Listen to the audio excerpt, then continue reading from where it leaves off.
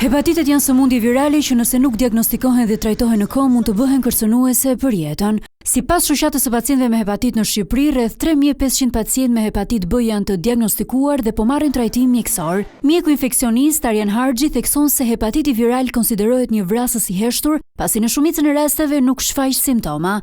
Hepatiti viral përbën një problem madhor të shëndetit publik si në rang global ashtu edhe për vendin tonë. Ai konsiderohet një vrasës i heshtur për shkak se në shumicën e rasteve pacientët nuk kanë asnjë simptom. Shefja e shërbimit të sëmundjeve infektive në QSOT, Najata Çomo, shpjegon se hepatitet B dhe C kanë ndikimin më të madh në shëndetin publik, ndërsa rendit grupet më të rrezikuara.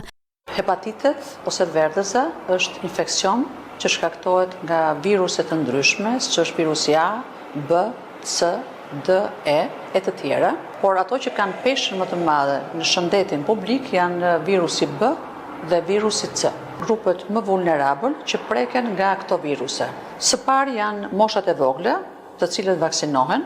Së dyti janë personat që ekspozohen shumë kashi marrjes së gjakut apo nën produkteve të tij, personat që kanë partner të shumt në jetën e tyre seksuale, personat që janë përdorues të drogave intravenos dhe personat që në jetën e tyre mund të kenë sëmundje të ndryshme kronike.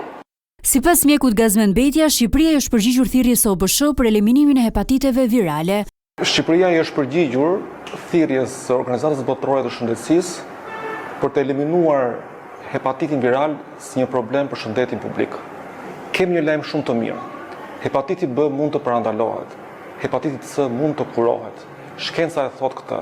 Një tjetër zhvillim pozitiv lidhet me eliminimin e hepatitit tek fëmijët fal programit të vaksinimit, i cili ka dhënë rezultate të rëndësishme në parandalimin e kësaj sëmundjeje.